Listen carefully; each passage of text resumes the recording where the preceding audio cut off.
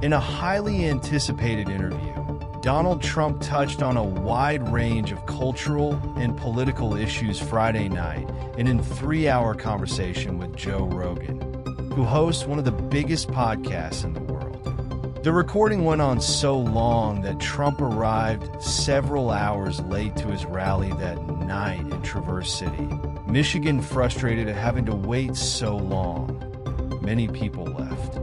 The Rogan interview is a continuation of Trump turning to non-traditional media outlets, including podcasts, in the weeks leading up to Election Day. Rogan also invited Vice President Kamala Harris to do an interview, but her campaign has declined.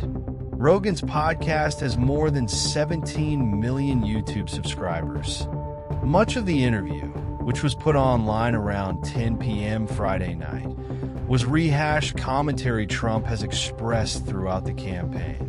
He said the war in Ukraine would never have happened if he were president, complained about moderators not fact-checking Vice President Kamala Harris enough during her one debate with Trump, blasted the traditional media, did things like continue to frame Harris and Democrats as more dangerous than foreign foes, and dabbled in conspiratorial talk about the 2020 election being stolen.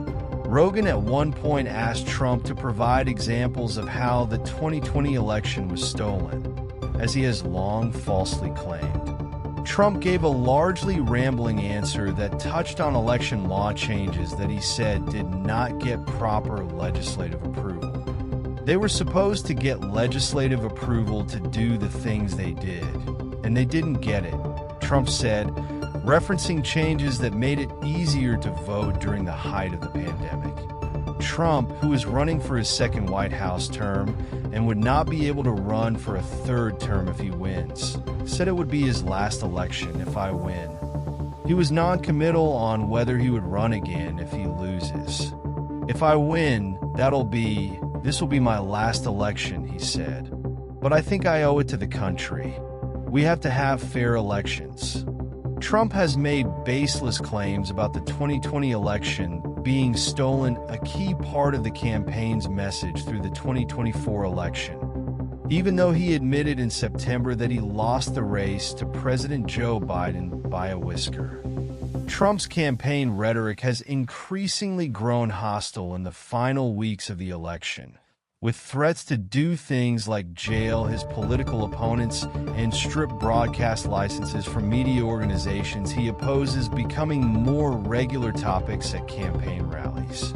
It has led his opponents to cast Trump as someone who has dictatorial instincts, something highlighted over the past week when his former chief of staff John Kelly told the New York Times that Trump fits the definition of a fascist. I was actually the opposite of a dictator, Trump said Friday, defending himself. I was a very straight guy. Trump also told Rogan that he has learned a lot about UFOs. There's no reason not to think that Mars and all these planets don't have life, Trump said. Rogan quickly corrected him about life on Mars. Mars, we've had probes there and rovers, and I don't think there's any life there, Rogan said. Maybe it's life that we don't know, Trump responded. Rogan at one point also seemed to try and catch Trump from praising Confederate General Robert E. Lee, whom Trump has talked fondly of in the past. Without specifics, Trump said that generals he talks to think Lee was a genius. At that point, Rogan chimed in asking Trump to clarify that he only meant strategically, which Trump concurred. Later in the interview, Rogan seemed to foreshadow the fact that Trump's Lee comment could get him criticized.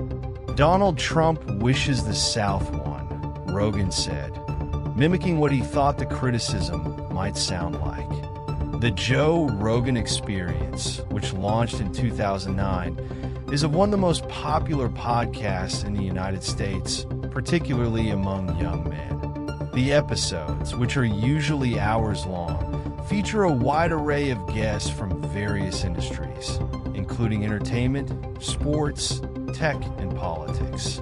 Rogan, a former stand-up comedian and host of Fear Factor, has built a robust following as an unlikely political pundit. But his popularity has been coupled with years of mounting criticism. The host has faced accusations that he had spread COVID misinformation, used a racial slur, and made anti-Semitic comments on his show. While he has not shied away from political topics, Rogan has not issued any official endorsements this election cycle. In August, Rogan said on his podcast that he was a fan of Robert F. Kennedy Jr., but later clarified in a post on X that he wasn't endorsing the then-independent candidate. Kennedy Jr. later dropped out of the race. Vice President Kamala Harris had also been in talks to do an interview with Rogan, but it didn't pan out.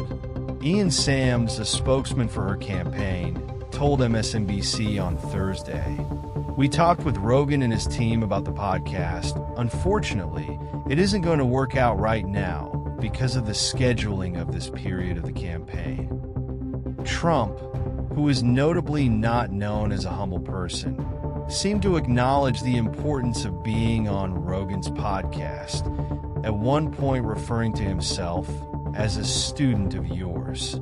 On the environment, Trump said that environmental regulations are the biggest tool to stopping growth, and continued to attack his long-running nemesis, the windmill, for what he said is its harmful impact on wildlife. In this case, Trump said he was worried about the impact of windmills on whales. "I want to be a whale psychiatrist," he said. "It drives the whales freaking crazy if something happens with them, but they're getting washed up, and yet the environmentalists they don't talk about, right?"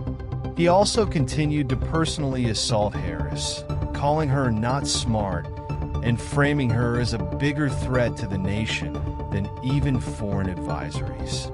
"If she becomes the president of the United States, which I can't believe can happen," Trump said, "I don't think this country is going to make it." Trump has increasingly called Harris stupid, and during a Thursday night rally in Las Vegas, he said her policies would kill thousands of people. Yet on Friday, Republican House Speaker Mike Johnson of Louisiana and Senate Minority Leader Mich McConnell of Kentucky issued a letter calling on Harris to tone down the rhetoric.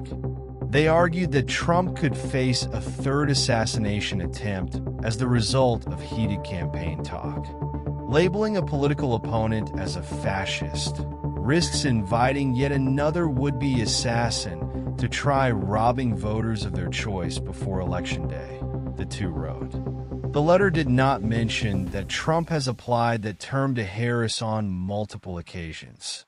As the third hour of the interview approached, Trump said he realized he needed to get to a scheduled rally in Michigan, which he was late for because of the length of the Rogan interview.